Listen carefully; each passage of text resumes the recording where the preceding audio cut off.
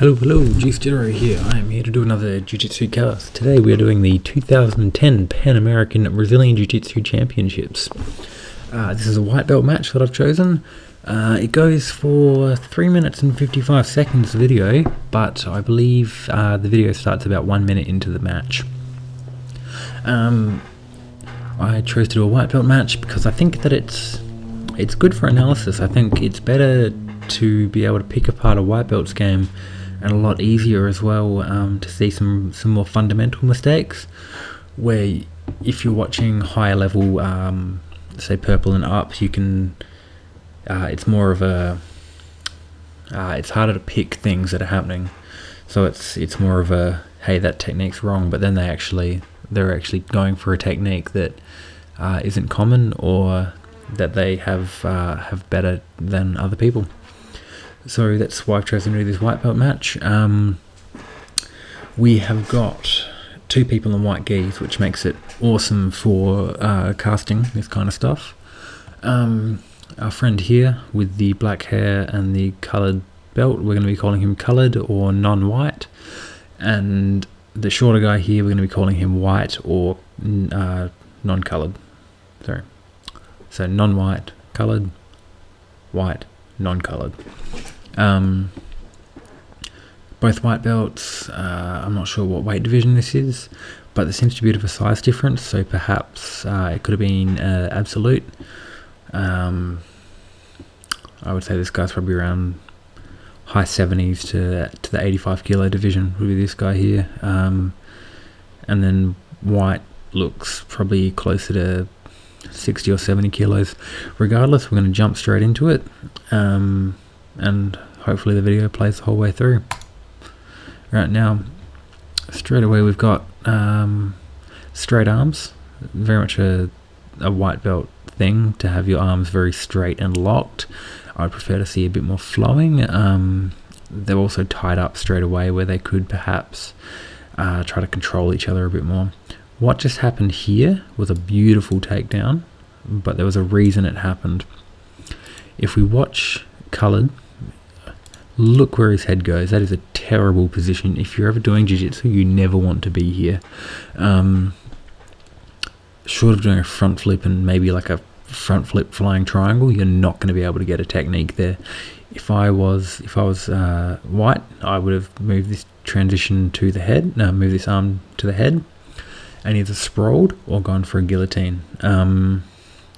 Instead, he gets a beautiful sweep here, beautiful leg reap. As he pops up, that leg sweeps, and something he does that's really, really good here is he's holding on the whole way. When you see a lot of people go for takedowns, they tend to let go towards the end, whether it's concern for themselves or they just don't know to hold on. But white really holds on to the shoulders here and really uses that to control the landing and keep him straight into side control, where perhaps it could have ended up a bit sloppier normally. Okay, so after this, they end up outside of the space, so they go back into the middle. 2 points for the takedown. Coloured's looking a bit tired here. Could have perhaps fixed his gi, that might have helped him in later on, but oh well, it doesn't matter. Locking up again, very straight arms here. I'd prefer to see once again a bit more flowing and yeah, rather than just sort of grab and hold, which is sort of a very white belt thing. Good foot sweep attempt here. Just we'll wait for it. So coloured starts to pull, but it doesn't seem like he has much of a plan. I think he wanted to step this foot around and pull white into this space here, which, if you're stronger than your opponent and you're just going to muscle it, it might work, but there are perhaps better things you could be going for. White, though, goes for a beautiful leg sweep and nearly takes him off. His leg's actually in the air, but unable to finish. He misses his foot as coloured steps over, and gets a good strong base here. Perhaps a bit wide, but he did just avoid the takedown. Once again trying to throw, but not using the hip, so it's sort of just chucking him and hoping. White's able to pull guard, but once again they're outside of the mat space, so they go back into the middle. We'll just fast forward this along. So back again. Now this is sort of what I wanted to see, is a bit more, a bit looser with how they're standing.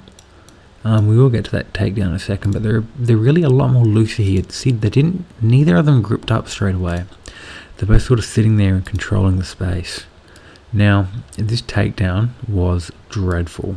There's quite a number of things wrong with it, and I want to go through it frame by frame to sort of get that. Okay. Arms are behind him. Generally, you want them to be in front of you, so you've got less distance between you and the legs. Another thing, these feet, the stance is far too long, far too wide. If we watch back 9 seconds, up. Okay, now he's charging in with his head forward. If this was a higher level match, you would have seen Coloured sprawl and go for that guillotine, or go to turtle and take the back. But the biggest mistake here is not getting this foot in enough. White, he's probably 50-60 centimeters away from his opponent, which is far too much distance to be trying to come in. This leg is also really far back. He should be down on this knee and then using this foot to stand up and really take him down. You don't want to be just sort of spear tackling your opponent. You really want to be taking them off to the sides, as that's where they've got less base, and you can attack the knee with your arm and you'll do a lot better. Unfortunately, he doesn't go for that. He's too much distance, and that will be a problem. So Coloured is able to sprawl, and sprawls in a way around to the side, so he does get that side control there, which works quite well for him. Ideally, you'd have your legs back and pressure down straight away. When people go for a takedown, when they hit the ground, they start to panic and they try to escape really quickly. If you can control that and keep them pinned there, you'll have a lot more success with slowing the match down and really making it your fight rather than just scrambling, which happens a lot after takedowns. Doesn't keep enough of his weight down here, really doesn't. But then he transitions into this sort of judo position, which is really good position. However, I would like to see this leg behind their head, or sort of out over here, with White's head resting on his thigh. That would make it a lot more uncomfortable for White. White's abs would be engaged, so he's not going to be able to escape as easily. Another issue here is Coloured has his head way over this side. If White was to push right now, he'd probably sweep him, and yeah, that's something you've really got to look out for if you're in a position like this. You really want to keep them down and keep their hips controlled. You can also put a lot of pressure on the lungs here, and that's something that Coloured should be looking for. He does, however, transition and try to go for this Americana here, going back to side control. Once again, White's hips are able to escape, and it's really not the best position for Coloured here. He needs to be putting more weight down before he goes for that submission. You can see his arm sort of tries to loop in there, but not going to be able to get it. Alright, now he's controlling this pant leg here. Ideally, you'd be controlling this leg, the leg closest to you, as then you can smash it to the ground and then go to mount that way. Alternatively, if your hand is on this leg, you generally want them to face towards you, so then you can put the legs to the ground and then go to mount that way.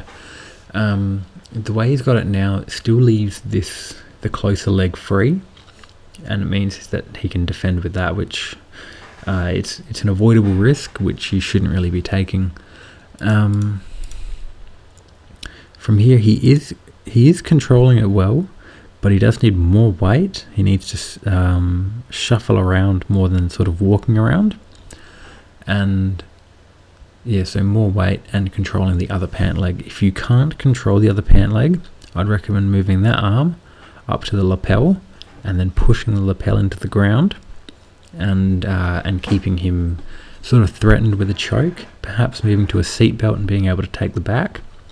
I think this pant leg is sort of not useful right now, so I'd recommend getting rid of it and transitioning to something better. When they get to this position, he should have held on to it, because then when your opponent hip escapes, you can put that leg into the ground and it would be better. But he does go to a normal side control and he's controlling that hip. He tries to go around. Unfortunately, it doesn't really work out. He needed to keep his weight down on the chest more. Something that happens here that's quite interesting is they end up in this sort of weird upside down back to front guard thing, which people do end up in. Something that is good though is white. Oops, I just moved my screen. Give me a second, guys.